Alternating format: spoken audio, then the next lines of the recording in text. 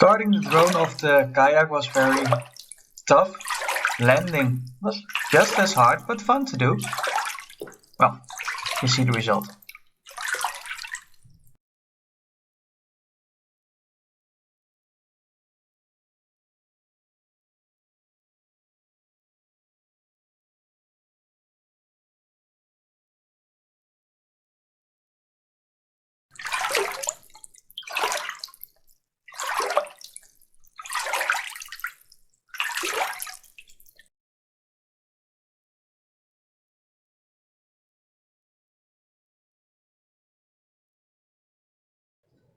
Thanks for watching, and if you like what you see, be sure to like and subscribe on my Instagram for more aerial footage.